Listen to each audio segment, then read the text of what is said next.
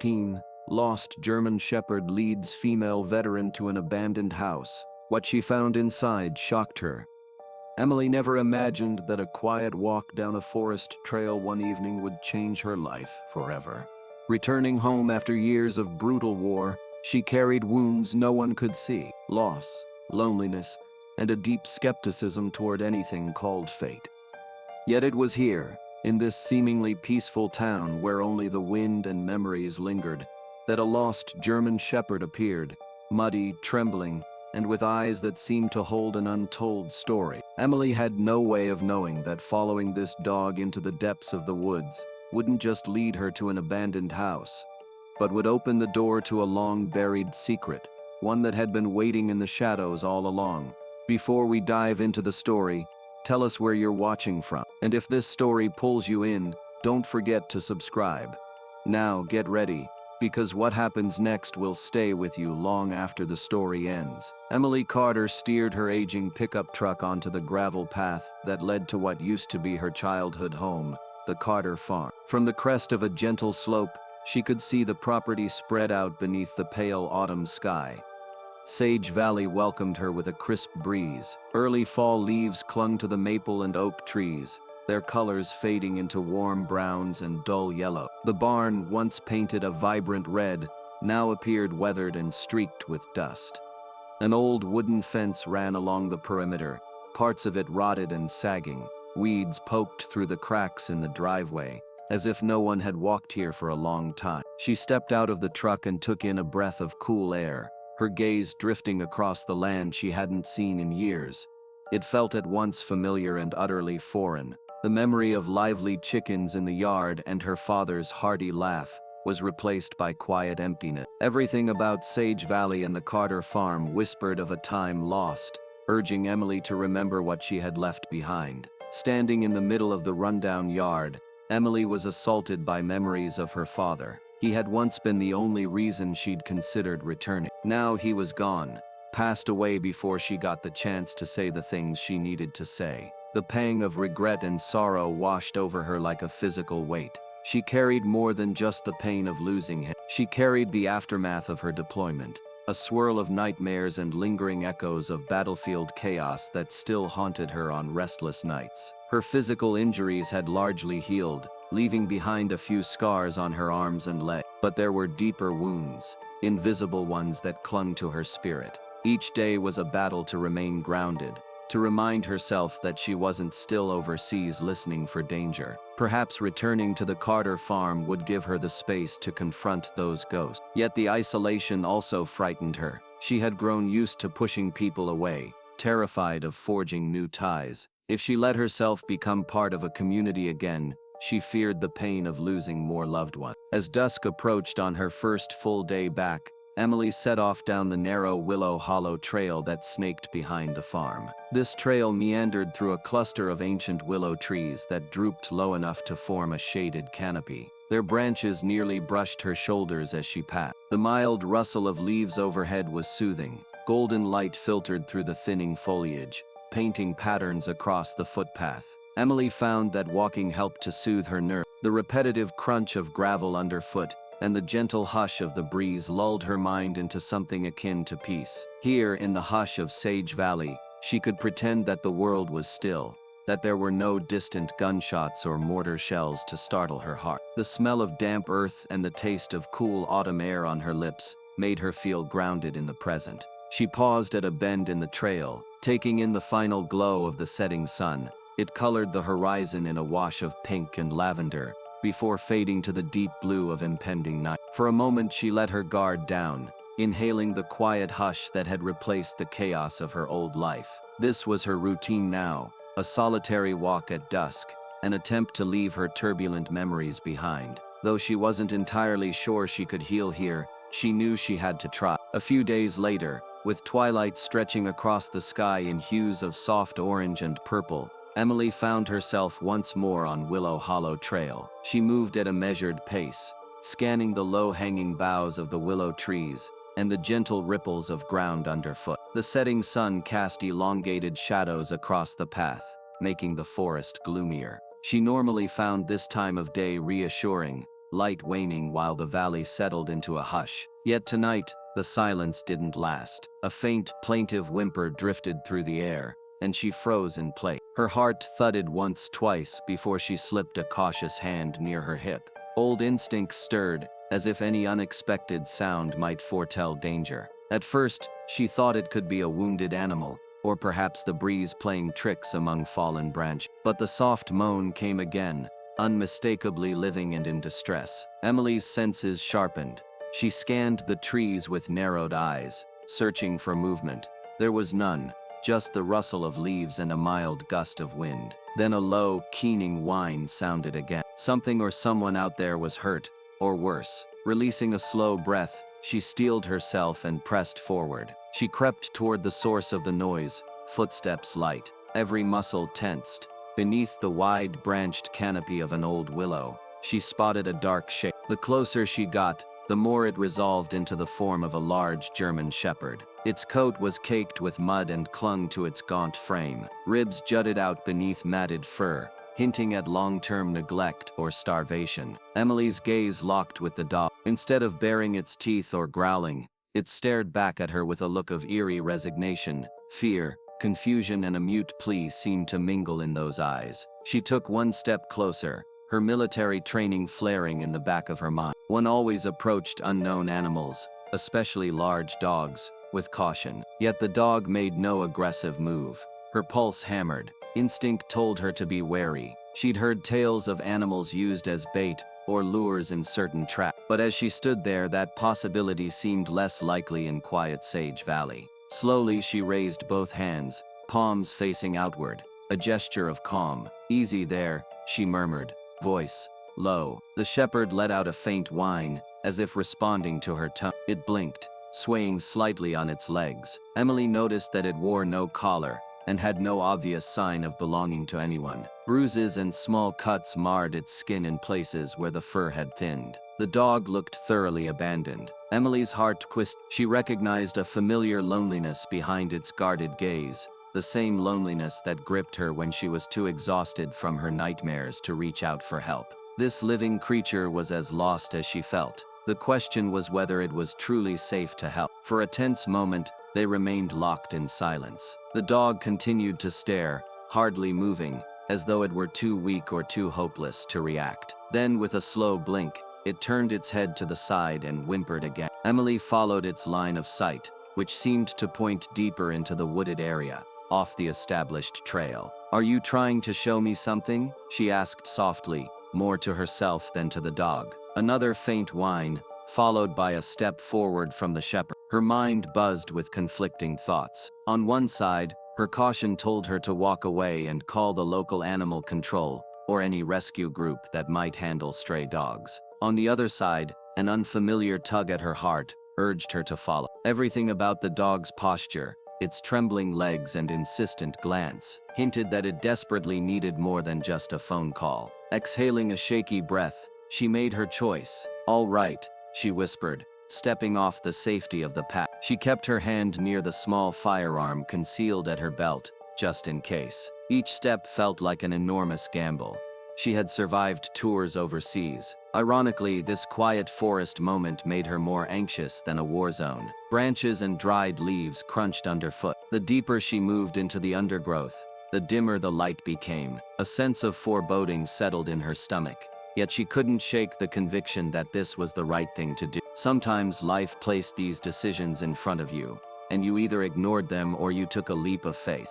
The German shepherd moved with surprising steadiness for a creature so clearly undernourished, occasionally pausing to check if Emily was keeping up. She followed, heart pounding. The canopy above thickened, allowing only stray beams of light to reach the forest floor. Her boots sank into damp soil and the scent of decaying foliage hung in the air. She found herself scanning the area for any sign of other people or potential danger. The hush of the forest was unsettling, broken only by the whisper of wind through branches. The dog pressed on, venturing between clusters of trees and pushing past tangles of bracken. Emily felt the shift in temperature as the sun's final rays faded behind the hills, leaving the world cold and half-lit. She forced herself to remain calm, to trust her instinct. Nothing about the dog's behavior suggested it was a trap, but the unknown loomed and her nerves bristled with each step. Finally, she spotted a clearing through the gloom ahead. The shepherd paused, glanced back at Emily, then pushed forward again. She steeled herself, ready for anything or taught her to expect the worst. Yet in that moment, all she hoped for was that this dog wouldn't lead her into some hidden nightmare. Little did she know how quickly that hope would be tested. Emerging from the wooded path, Emily found herself in front of a once stately property, now swallowed by decay. A rusted sign hung crookedly from a post near the entrance, the faded letters reading Hawthorne Farm. Vines snaked up the porch columns, and several window panes were shattered. The roof sagged like a tired beast waiting to collapse. A wave of unease rippled through her. She glanced at the German shepherd, half expecting it to shy away from the ominous structure. Instead, the dog advanced over the cracked flagstones leading to what remained of a front porch. A rotten board creaked under Emily's boot as she followed. A mixture of damp earth, mold, and neglect hung in the air. The place felt stuck in time. Nobody had cared for it in years. For an instant, she thought of turning back, but the dog abruptly let out a sharp bark, as if trying to summon what little energy it had left. "Okay," she murmured, stepping carefully across the warped porch. Paint peeled off the door, and thick layers of grime clung to the windows. Something about the building's silence felt wrong. She'd known quiet places before, war zones in the lull between firefights, but this silence was different. It pulsed with the weight of old secrets. She took a breath, bracing herself for whatever might be inside. The shepherd barked again, more urgently this time. With a final glance around to confirm no immediate threats lay waiting, Emily stepped through the half-open door. Inside, the hallway was dark, musty, and strewn with debris. Water-damaged wallpaper curled away from the plaster, and splinters of wood littered the floor. The stench of mold hit her nose, causing her to cough. The dog bounded ahead, nails scraping on the floorboards, barking with sudden ferocity. Its echo reverberated through the empty corridors. Emily followed, the tension in her shoulders tight as steel cable. She imagined that if anyone else was here, they would have come running at the racket. A ragged moon, so faint she almost missed it, rose from somewhere deeper within the house. It was a sound that made the hairs on her arms stand on end. She moved more quickly, sidestepping a piece of shattered furniture. The shepherd, muzzle lowered, snarled at a door at the end of the hall. Its paint was chipped and water-stained. The doorknob badly rusted. Emily pressed an ear to the wood, over the shepherd's pant. She heard labored breathing from inside. Her adrenaline spiked. Someone was alive in there, barely. Emily tried the doorknob, but it refused to budge. She leaned her weight against the door. Still nothing. The shepherd barked incessantly now, adding to the urgency. Whatever was on the other side needed immediate help. She glanced around in the dim light, spotting a rusted crowbar leaning against a toppled shelf. With a tug, she pried it loose from the wreckage. Wedging the crowbar into the gap between the door and the frame, she heaved, gritting her teeth with the effort. The warped wood groaned in protest. Eventually, the lock gave a metallic snap, and the door flew open so violently that Emily nearly stumbled forward. The room beyond was small, its single window boarded up from the outside. Piles of debris and tattered cloth lay scattered across the floor. In one corner, crumpled like a discarded rag, was a man, skin pale, hair matted to his forehead with sweat. Emily rushed over, dropping to her knees next to him. "Hey," she called, her voice echoing in the oppressive gloom. "Can you hear me?" His lips parted, but only a faint rasp escaped. Struggling to maintain composure, Emily carefully felt for a pulse at his neck. It was there, faint but present. She exhaled a breath of relief as she rolled him slightly onto his back. She noted his sunken cheeks, the dryness of his skin, signs of severe dehydration and possible starvation. The shepherd pressed close, whining and licking the man's outstretched hand. Emily could sense the dog's anxiety, or maybe even sorrow. She tried to rouse him again. "Sir, hang on, I'm going to get help." With trembling hands, she lifted the man's head and trickled a small amount of water from her canteen into his mouth. He swallowed convulsively, his gaze fluttering behind half-lidded eyes. "Can you help me?" he breathed in a whisper, barely audible. "Yes," Emily said firmly. "My name is Emily. You're going to be okay." She didn't know if that was entirely true, but he needed to hear. Wiping her brow, she looked around the room, trying to piece together how he might have ended up locked inside. The interior was in shambles, No sign of bedrolls or supply crates. No immediate indication that this was an accident. The door seemed to have been jammed or bolted, making it a prison cell. She felt an uncomfortable churn in her stomach. Whoever he was, he'd been left here like a condemned man, setting the man gently against the wall. Emily pulled out her phone, desperate to see if she could get a signal through the crumbling walls. The bars on the screen flickered, barely holding onto one feeble bar. She dialed 911 and was relieved to hear the call connect. Her voice came out steady, a testament to her training. "I have a man here, unconscious but alive, in need of immediate medical assistance. It's at Hawthorne Farm. The property's off Willow Hollow Trail." She provided directions as best she could, though the operator's voice crackled, making the exchange tense. Once she'd relayed everything, the call dropped. Emily hoped it was enough. She turned back to the man. His eyes, dull with exhaustion, flickered open for a moment. She gave him more water, coaxing him to swallow a few sips. "Stay with me," she murmured. "Help is coming." The shepherd nosed closer, and Emily allowed the dog to rest its head on the man's leg. The dog's presence felt oddly comforting, cutting through the stifling dread that clung to the room. Outside, twilight had nearly surrendered to full darkness. Emily adjusted her flashlight to better illuminate the man's face, scanning for signs of severe trauma. She found none beyond dehydration and signs of malnourishment, yet the question remained: how had he gotten here, and who had locked him in? She pushed that aside for the moment, and focused on keeping him stable until the ambulance arrived. The man's breath was shallow, his consciousness precarious. Emily kept talking to him, letting her voice guide him away from the brink. She remembered the times on the battlefield, when a simple voice meant the difference between life and death. This time, she was determined to be that voice. Emily Carter had barely slept after that dramatic night at Hawthorne Farm. She'd managed to flag down the ambulance for Nathaniel Ward, and as soon as the medics took him away, she found herself standing beside the large, bedraggled shepherd dog, in the damp pre-dawn light. A question burned in her mind. What do I do with this dog now? In the end, exhaustion won out. Emily coaxed the dog into the passenger seat of her pickup and drove back to the Carter farm. The place lay silent in the faint glow of morning. As she walked up the porch steps, she cast a sidelong glance at the animal plodding beside her. It was as though the dog had always belonged. Calm, quiet, a silent presence that did not intrude, but was impossible to ignore. Though part of her felt uneasy about bringing a stray dog into her home, something else inside her insisted that she couldn't just abandon it to fend for itself. She was no stranger to the feeling of displacement. Having returned to a farm she scarcely recognized anymore.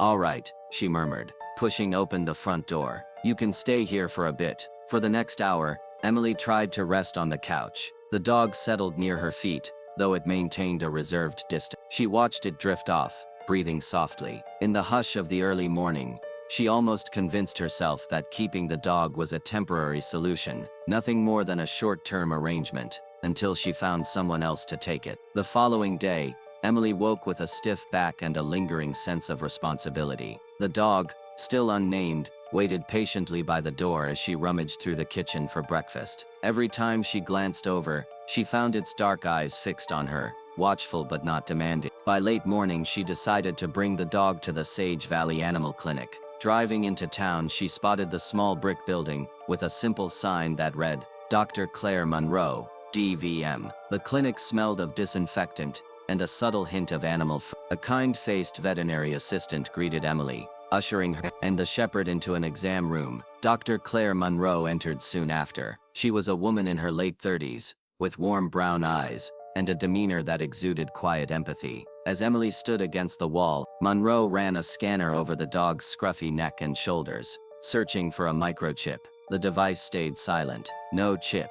"Any tags?" the vet asked, peering over at Emily. "None," Emily replied. "I found him near an abandoned property last night." Dr. Monroe examined the shepherd's ears, teeth and paws, sighing softly at the signs of neglect. Tangled fur, scabs, and a notable lack of body weight. "He's malnourished and likely hasn't had proper care in a while." Carefully setting her stethoscope aside, she added, "If he's yours, we can start his vaccinations. If not, I can check if anyone in the area has reported a missing dog, though it doesn't seem likely." Emily hesitated, feeling the weight of the unspoken question. "I'm not sure yet," she said at last. Dr. Monroe nodded, her gaze gentle. "Take your time, but he'll need consistent care. cleaning, better nutrition, maybe an ointment for the scabs. Are you ready to handle that? Emily's silence answered for her. Upon returning to Carter Farm, Emily released a tired sigh. There was no sign of any rightful owner, and despite her initial hesitation,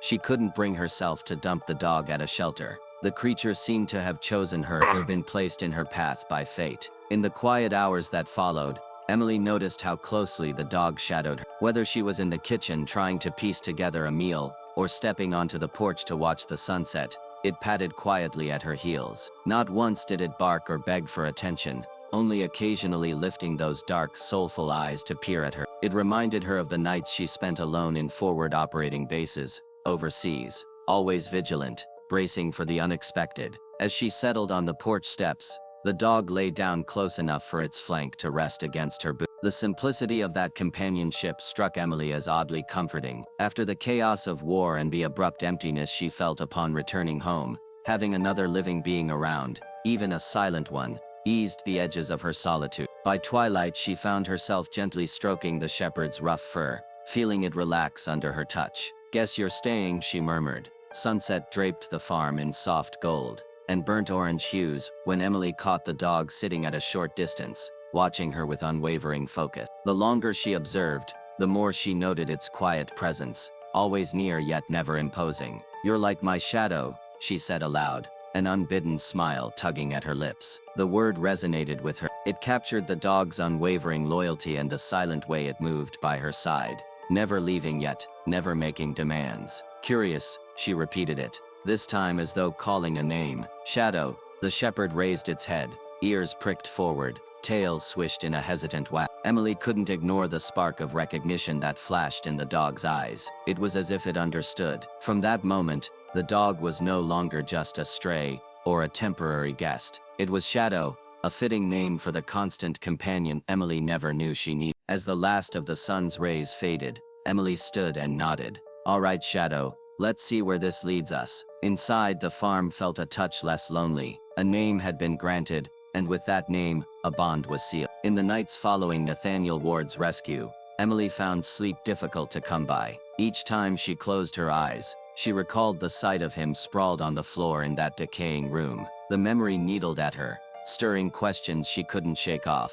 Who was he really? Why was he there? Late one evening, as she sat on the living room couch with Shadow dozing at her feet, she realized she couldn't just ignore the nagging curiosity. Maybe it was her military background. Maybe it was that sense of responsibility that had never truly left her since her service ended. She needed answers. That resolve led her to Sage Valley's police station the next morning. She felt a hint of trepidation stepping into the modest brick building, but she pressed on. Deputy Lucas Hale, the town's police chief, was in his office. A man with a calm demeanor and shrewd eyes that seemed to miss nothing. Emily explained how she had stumbled upon Hawthorne Farm and rescued Nate. Lucas listened attentively, his brows knitting at the mention of that long-abandoned property. "Hawthorne Farm," he echoed, drumming his fingers on the desk. "Hasn't been lived in for over 2 decades. Ever since the Hawthorne family went through a, let's say, dramatic downfall." "Downfall?" Emily prompted. Lucas nodded. "They were once some of the wealthiest landowners in the county, but there was bad blood. Something about a land dispute and a suspicious fire. The place was left to rot." Emily couldn't help but recall the silent gloom of the farm's interior. "So there's no caretaker? No one who checks on it?" "None," he replied. "A lot of townsfolk believe it's haunted, though that's just superstition. Truth is, the Hawthorne name disappeared after the family scattered." She thought of the battered dog that had led her there, and how the old building had hidden a man almost left for dead. "But someone was inside," she pointed out. "Someone locked him in." Lucas's expression shifted into a pensive frown. "That's the strangest part. We never see trespassers there until now." When Emily inquired about Nate, Lucas shook his head. "We ran a check on the name Ward, but no missing persons report popped up. We tried cross-referencing with other counties, states even, but so far nothing. No ID on him when the medics found him." "Right," she confirmed it, remembering the disheveled clothes and the absence of any wallet or personal documents. Could Nate Ward be an alias? She mused. "Possibly," Lucas said, leaning back in his chair.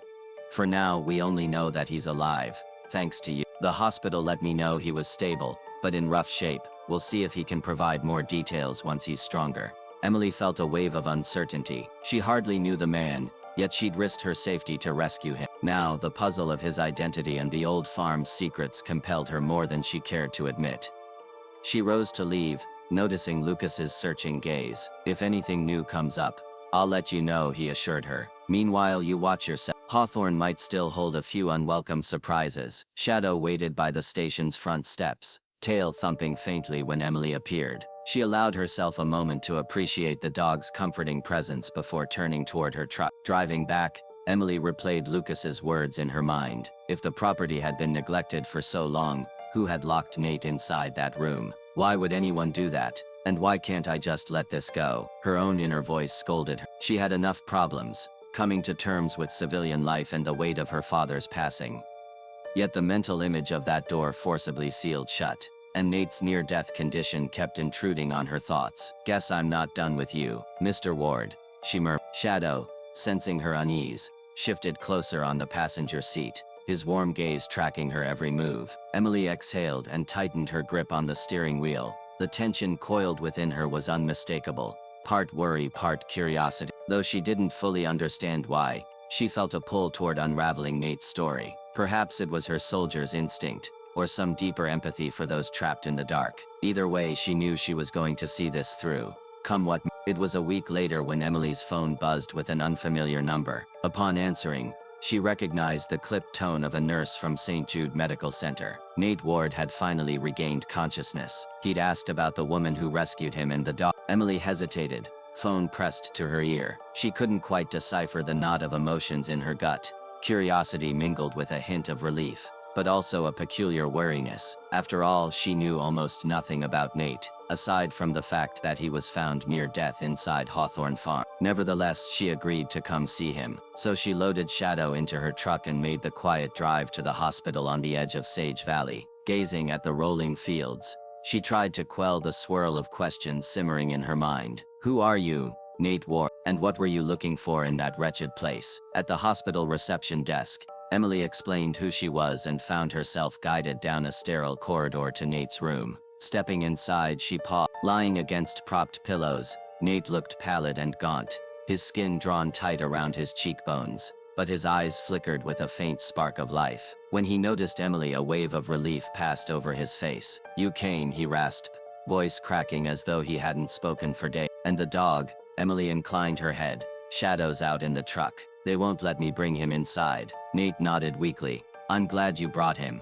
He saved me just as much as you did." Uncertain how to respond, Emily drew a little closer. She saw the tension in his features, a lingering fear or anxiety that still clung to him. "The paramedic said you were in bad shape," she offered quietly. His gaze dropped to the IV in his arm. "I thought I was a goner. I'd almost given up until I heard the dog barking. Then you appeared." He swallowed, the weight of memory evident in his eyes. "I owe you more than I can ever say." Emily shifted on her feet. Compassion mingled with caution. She could see he was grateful, but it didn't change how little she knew about him. "If you're up for it, I'd like to know how you ended up in that room. I mean, who did that to you?" For a moment he stared at the pale green hospital sheets, expression haunted. Then, in a low voice, he began to speak. "I'm connected to Hawthorne Farm," he said, clearing his throat as though the words tasted bitter. "I came back to find something my family left behind. A box of letters, or so I was told." Emily blinked in surprise. "Your family? You mean you're Hawthorne, by blood?" "Anyway, my mother was a Hawthorne. She left the estate decades ago after some serious family conflicts. I didn't grow up around them, but I always heard whispers, rumors of a falling out, a hidden inheritance, a fire that nearly destroyed the farm. My mother never told me the full story before she died." He paused, glancing at the half-full water cup on the bedside table. Emily helped him lift it to his lips, so he could take a sip. "Thanks." Anyway, he continued, voice steadier now, "I learned there might be letters inside the house that explain it all. Letters that reveal how everything went wrong. So I drove out here, broke into the old place, and started searching." Emily tucked a hand into her jacket pocket, "And then I found some promising leads in a small pantry closet. But as I was gathering them, the door slammed shut. I heard it lock from the outside. Next thing I knew, I was trapped. No food, no water. I tried to shout for help, but no one came. If you and the dog hadn't found me," He trailed off, swallowing his final words. After a brief silence, Nate leaned forward, face etched with earnest resolve. I can't leave the hospital yet, obviously, but those letters, they might be the only key to understanding what really happened to the Hawthorne family. Everything I was searching for is still in that room, or somewhere in the house. He fixed Emily with a pleading gaze. You're the only person I trust right now. No one else knows or cares about that property. Could you go back to Hawthorne Farm and find them for me? Emily's chest tightened. The memory of that decaying house rushed back. The broken windows, the rotting wood, the overpowering sense of dread. The idea of returning there made her uneasy. Yet she saw the desperation in Nate's eyes. He had nearly died for those letters. And from the look on his face, the mystery of his heritage weighed on him as heavily as her own secrets burdened her. She exhaled slowly. I don't even know you, she pointed out. And that house, it's dangerous. Nate bowed his head. I understand. I'd do it myself if I could stand upright without getting dizzy. But please, Emily hesitated, feeling the same push and pull she had experienced the night she followed the dog. A rational part of her said to walk away, to let the police handle it. But there was a flicker of empathy in her heart, an unspoken bond between two lost souls. Finally, she nodded. All right, I'll try to get those letters. Relief washed over Nate's face. Thank you, he whispered. You have no idea how much this means. Outside the hospital, Shadow waited faithfully, pressing his muzzle into Emily's hand as she approached. She patted him absently, her mind already racing with possibility. If she was going back to Hawthorne Farm, she needed to be prepared for crumbling floors, locked doors, and who knew what else. Yet beneath the trepidation, a quiet resolve took hold. She had given her word. In that promise, she sensed the stirrings of something unexpected. Perhaps she and Nate Ward were not so different, both haunted by their pasts, both searching for answers in a place that time had nearly forgotten. Emily Carter barely slept the night after meeting Nate at the hospital. His story, along with the hidden letters in the crumbling Hawthorne Farm, weighed on her mind. She felt torn between a sense of duty to help Nate uncover the truth and a profound trepidation that gnawed at her. Memories of the dank hallway and the oppressive silence of that dilapidated house unsettled her. Yet as dawn's first light broke over the Carter farm, she stood by the window, gaze fixed on a horizon tinted with pink and gold. I can't keep running from everything, she told herself. I returned to Sage Valley for a reason. Even if that reason had initially been about her father's passing, she suspected that facing the wreckage of Hawthorne might prove key to facing her own ghosts as well. Shadow sensed her turmoil. The German shepherd hovered close, his dark eyes gentle. He had become her anchor, a presence that reminded her she was never truly alone. There were moments she wondered if the dog understood more than he let on. The way he tilted his head, the way he hovered by her side as if offering silent reassurance. By mid-morning, Emily had made up her mind. She would go back to Hawthorne Farm and try to find those letters Nate had mentioned. But more importantly, she would confront the unease roiling in her chest. Come on, Shadow, she said quietly, grabbing her keys. We're going back, this time on our term. Shadow patted out the door with her, his tail giving a hesitant wag. As they climbed into the truck, she felt a peculiar calm settle over her. She was done avoiding the darkness that lingered around Hawthorne. Whatever secrets the old house held, she intended to bring them into the light. Pulling up to the weed-choked driveway, Emily killed the engine. The sight of Hawthorne Farm in broad daylight did little to diminish its aura of abandonment. The broken windows resembled hollow eyes, and the sagging porch beckoned ominously, as though the structure itself were a living thing waiting to devour trespassers. She inhaled sharply, stepping onto the cracked pavement. The air smelled of damp wood, decay, and something older, an echo of the catastrophic night the house had effectively died. In the hush that enveloped the property, each step of her boots seemed loud, as if the ground might crumble under her weight. Images flashed through her mind, moments from her tours overseas, where the ground could shift unexpectedly, landmines or hidden tunnels. The memory of dust and rubble blasting into the air made her muscles tense. Here, every creak of rotted timber mimicked that sense of looming danger. Shadow stuck close, occasionally emitting a soft whine. Emily offered him a brief touch on the head, grateful for his nearness. Beneath the wariness, she felt an odd determination. She had faced worse than rotting floorboards in her life. If she could survive combat, she could endure the ghosts that haunted Hawthorne Farm. Well, she murmured, stepping across the threshold. Let's see if we can find those letters. Even as she spoke, a chill crawled along her spine. The interior loomed dark and uninviting, but she forced herself forward, refusing to let fear hold her back any longer. The first rooms yielded nothing, just collapsing furniture, mold-stained walls, and layers of dust. Emily used a flashlight to illuminate corners lost in shadow, her boots stirring motes of filth into the stagnant air. Shadow padded beside her, occasionally sniffing at debris, recalling the details Nate provided, vague references to a hidden attic or storage area. She headed deeper into the hallway she had traversed once before. A door hung off its hinges, opening into what might have been a study. Inside lay a tangle of wooden beams and shattered glass. No sign of letters. Eventually, she discovered a narrow passage tucked behind a damaged partition. Cobwebs clung to the low ceiling. Running her flashlight across the wall, she spotted a short ladder leading upward. The rickety steps vanished into a dim space above. An attic of sorts. Emily hesitated. The boards groaned ominously beneath her weight.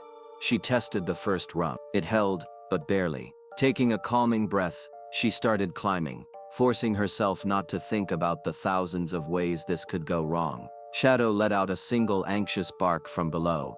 "It's okay," she called softly, though her own heart pounded. "I'll be right back." At the top, she nudged open a makeshift hatch. Pale light filtered through a small crack in the roof, illuminating a cramped attic crisscrossed with beams. Dust swirled in the beam of her flashlight. In one corner, she noticed a wooden box, half buried under fallen debris. Carefully picking her way across precarious boards, she knelt beside it. The box was coated in grime, festooned with spider webs. She pried it open, her pulse spiking at the sight of yellowed envelopes, some bearing a faded hawthorn seal. Quietly, Emily breathed. "I've got you now." Clutching the box under one arm, Emily turned to navigate back to the ladder. She took 2 careful steps when the wood beneath her foot gave a terrible crack. Before she could react, the board splintered. She let out a startled cry as her body plunged downward. Her shoulder collided with a crossbeam, pain ricocheting through her torso. Momentum carried her further, a jarring impact slamming her breath out. Plaster and dust rained over her in a suffocating cloud. For a heartbeat, everything seemed distant, like she'd dropped into a slow-motion dream. Vague, half-formed memories of bombed-out buildings in war zones flooded her mind. The choking dust, the roar of collapsing walls. She had often pictured that final moment where her luck might run out. Now, pinned beneath a jagged chunk of the attic floor, she feared that moment had arrived. Her lungs struggled for air as she tried to gather her bearings. She'd fallen a short distance, maybe just a few feet through the attic's lower beams, but it was enough to jar her severely. The box of letters tumbled from her grasp. Gritting her teeth, she pressed a hand against her ribcage, testing for injuries. Her entire left side blazed with pain, though she hoped it wasn't broken. Somewhere above the chaos, she heard a frantic barking. Shadow's face soon appeared at the jagged hole overhead, his eyes bright with alarm. He barked again, as if urging her to move, to stand. Shadow, as she gasped, voice hoarse. She needed a moment to quell the panic surging inside her. The broken boards pinned her legs, though not completely. With trembling arms, she managed to shift enough debris to inch free. As she collapsed to her knees, Shadow leapt down through the lower portion of the broken ceiling, letting out a fierce snarl at the remaining shards of wood. Then he was at her side, whining anxiously, licking her face. She clung to his thick fur, breath ragged. "I'm okay," she whispered, though tears stung her eyes. "I won't leave you behind. Not here."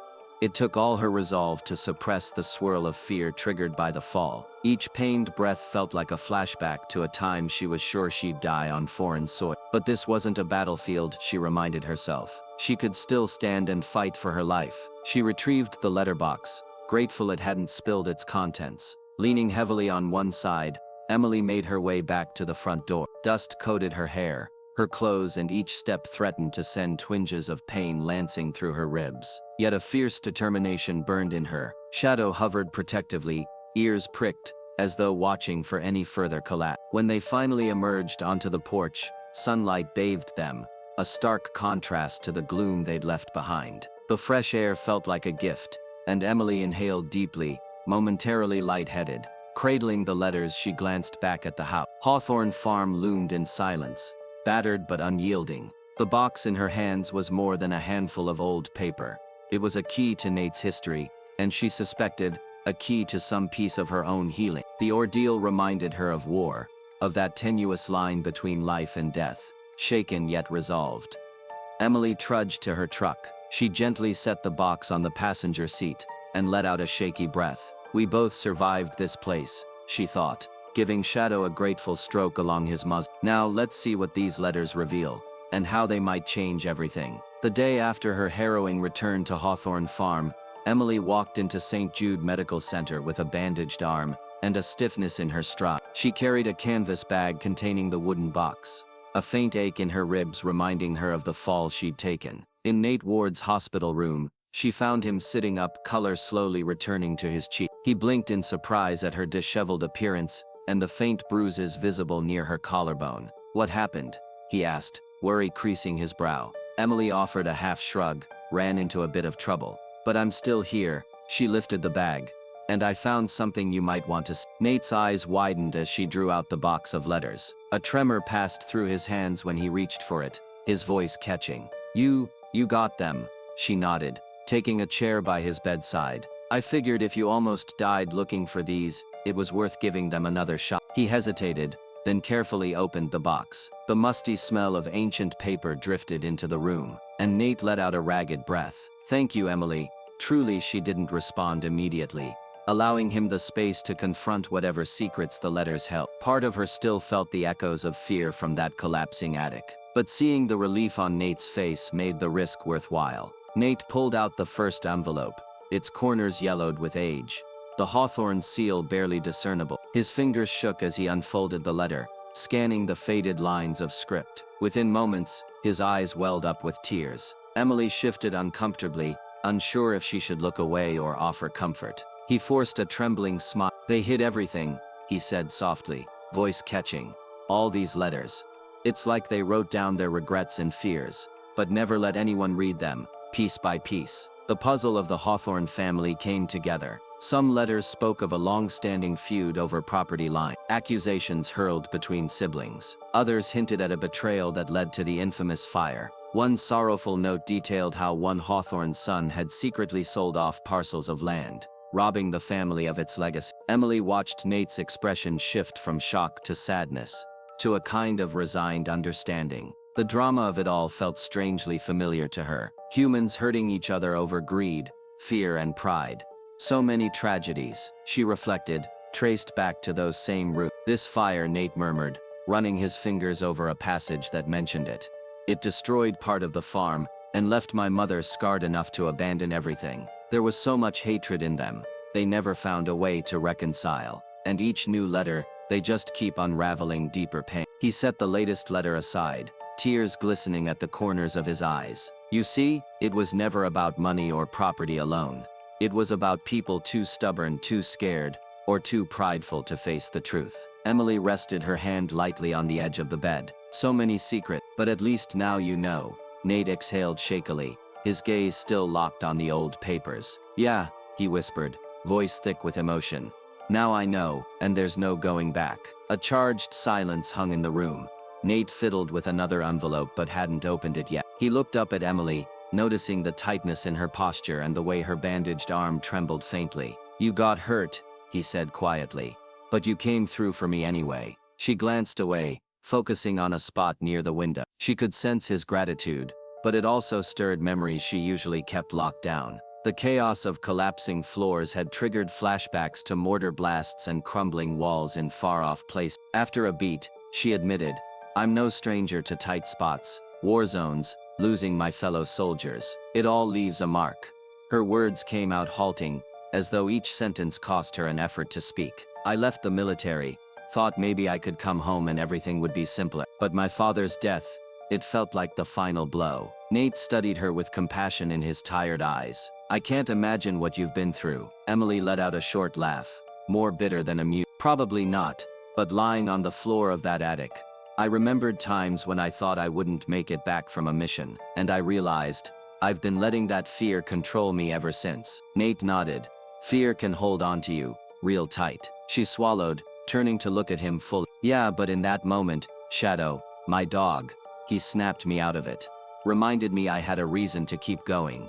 Even if it was just that I refused to let him down. The corners of Nate's lips quirked into a faint smile. I guess we're both alive because that dog wouldn't quit on either of us. Emily exhaled a shaky breath. Seemed so. Her gaze flicked to the box of letters, then back to Nate. Sometimes it takes someone or something pulling us back to remind us we still have choices. Nate set the last letter aside and drew in a slow breath. I don't want my family's story to end in bitterness and secrets. I want to do something. Restore some part of what was lost. Maybe. Emily understood the undercurrent of hope in his voice. It was the same spark that had kept her going. One foot in front of the other, even when everything seemed broken. They were both survivors, burdened by the damage life had thrown at them. He slid his hand across the bed rail to grasp hers. Thank you for not giving up on me, or on these letters. She allowed a wry smile. I guess I owe that to Shadow. And maybe to myself. I'm tired of running from what scares me. Nate's throat bobbed. We don't have to keep running anymore, do we? No, she agreed, voice almost a whisper. We don't. In the comforting hush of that hospital room, the weight of old secrets and silent wars seemed to lift. Just a fraction. Shadow's absence in the room was palpable. Emily could almost sense him waiting outside, patiently reminding them that second chances were real and worth fighting for. A new chapter was on the brink of unfolding, one neither of them could have foreseen, but both were ready to embrace. For several days after his release from the hospital, Nathaniel Ward seemed withdrawn. Emily wondered if he was reconsidering his future, or plotting a quiet departure under cover of night. But one afternoon as she sat with him on the porch of Carter Farm, he said something that made her heart skip a beat. I've been thinking, he began, gazing across the stretch of fields that bordered the property. I want to stay in Sage Valley. Emily blinked, momentarily at a loss for words. Stay, she echoed. I thought you were anxious to leave, put this place behind you. Nate's lips curled into a faint smile. That was before. A lot's changed since I almost died in that old house. To be honest, I don't have anywhere else to go. But it's more than that. This town, the people, it feels like the kind of place where I can rebuild, start fresh. Maybe if I stay I can finally put those ghosts to rest. Emily studied him, still grappling with her own surprise. There was a quiet determination in Nate's eyes. The same resolve she'd glimpsed in the hospital room when he'd vowed not to run from his family's legacy any longer. Guess I never saw this coming, she admitted softly. Nate shrugged. Neither did I. But I almost lost my life at Hawthorne Farm. Maybe it's only right that I give it another chance.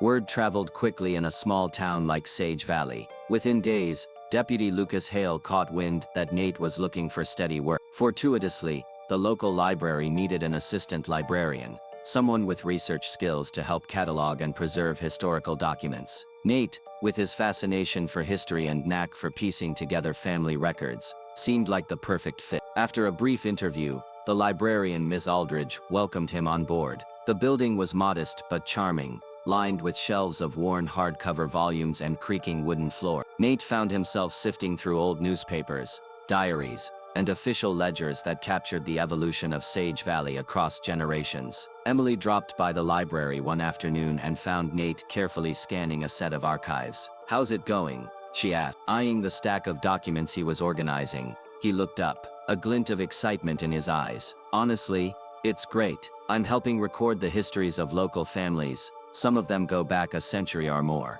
It's like I'm stitching the stories of this town together. His enthusiasm was infectious, and Emily couldn't help but feel a pang of pride on his behalf. Day by day, Nate was forging a new sense of purpose, one that tied him more closely to Sage Valley than he had ever expected. Meanwhile, Emily noticed subtle shifts in her own outlook. She no longer hesitated when stepping into the Harvest Spoon diner for breakfast. Harriet, the cheerful owner, greeted her by name, and Emily found herself smiling back without the old twinge of awkwardness. The once distant nods from townspeople evolved into friendly waves. Occasionally someone would ask about Shadow, the hero dog who had inadvertently saved a life. In these small, everyday moments, Emily felt the stirrings of belonging. She realized she was no longer skulking at the edges of her hometown, bracing for the next blow. Rather, she was becoming part of it again. The sting of her father's absence still lingered, but it no longer suffocated her. She could sense a future here, one where she didn't have to keep looking over her shoulder. At the heart of this evolving dynamic was Shadow, who unfailingly trotted at Emily's side and rarely strayed far from Nate either. More than once, Emily observed how the dog would bridge the gap between them, nudging Nate's hand, then pressing close to Emily as though insisting they stay connected. As the evening stretched on, Emily, Nate, and Shadow would gather on the Carter farm's porch, a quiet trio sharing a comfortable silence. Sometimes they spoke of inconsequential things, town gossip, library anecdotes, small farm repair, but other times they simply let the hush of twilight speak for them. In those moments, Emily felt a serenity that war and loss had robbed her of. The life she and Nate were shaping, however unplanned or unexpected, held a gentle promise that even those who believed themselves beyond saving might find solace in the simplest acts of companionship. It happened on a sunlit afternoon when Emily and Nate were walking Shadow along one of Sage Valley's winding roads. Nate paused by a fence, overlooking a swath of countryside that sloped gently down to a cluster of trees. Behind them, in the distance, Hawthorne Farm stood like a stubborn sentinel of the past. Turning to Emily, Nate said, "I've been thinking about Hawthorne Farm again." She glanced at him. "More nightmares?" He shook his head, the corners of his mouth lifting. "Not exactly.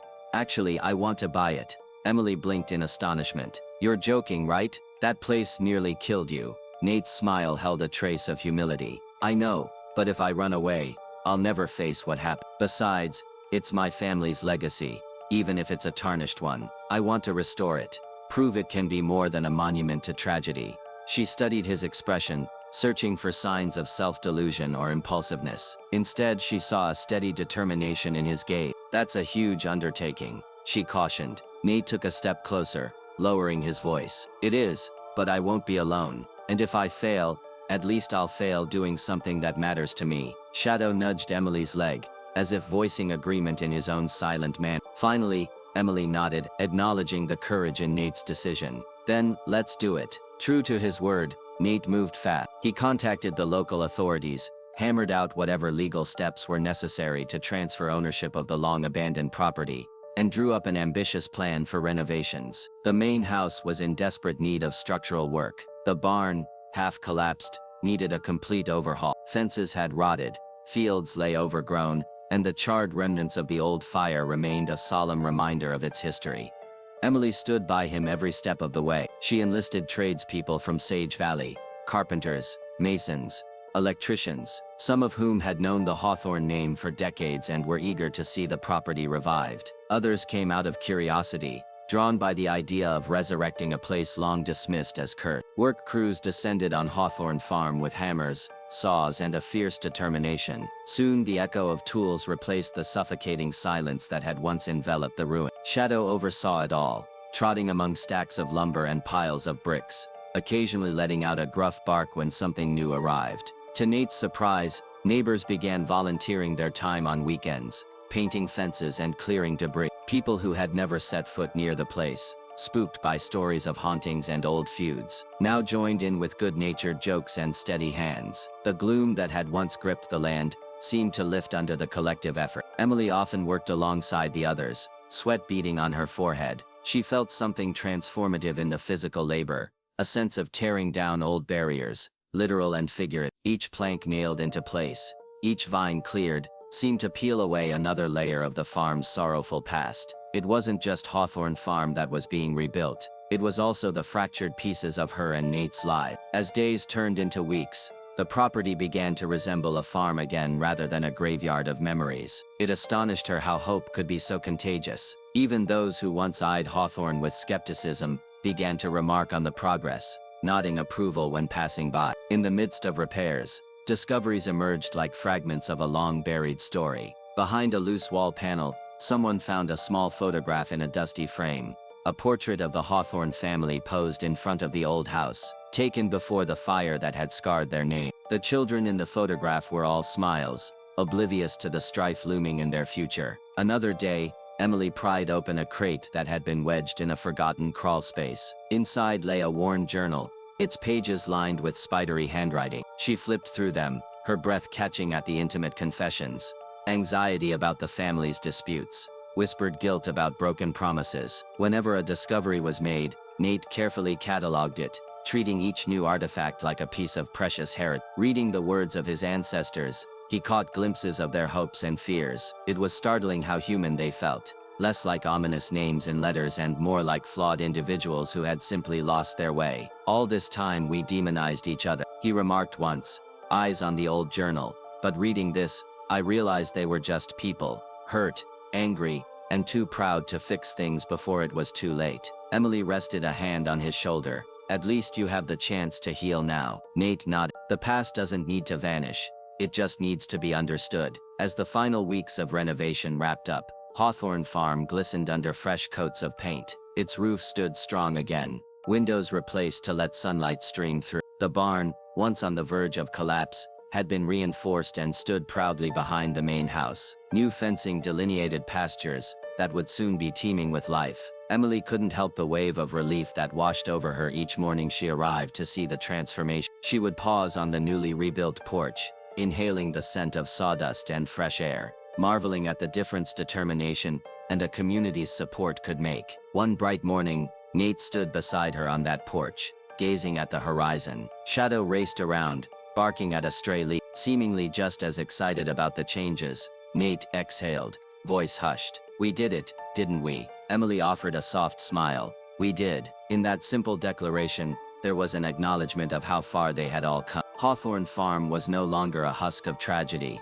but a testament to second chances and the courage it took to embrace them. Soon after the last nail was hammered and the final brushstroke of paint dried, Nate decided to host a modest gathering at Hawthorne Farm. He invited the various tradespeople who had lent their expertise, a handful of curious neighbors, Deputy Lucas Hale, Dr. Claire Monroe, and of course Emily, whose unwavering support had made it all possible. It was late afternoon when people started arriving. The sun spilled across the newly restored porch, illuminating the freshly shined windows. Sturdy tables had been arranged in the yard, laden with potluck dishes, homemade pies, sandwiches, salad. The air hummed with friendly chatter, and the occasional bark from Shadow, who pranced among the guests as if showing off his domain. Nate stood near the porch steps, greeting visitors with heartfelt appreciation. Many of them had once regarded Hawthorne Farm as a relic best left to the weeds, but now they looked around in awe at the reborn property. The ghostly gloom was gone,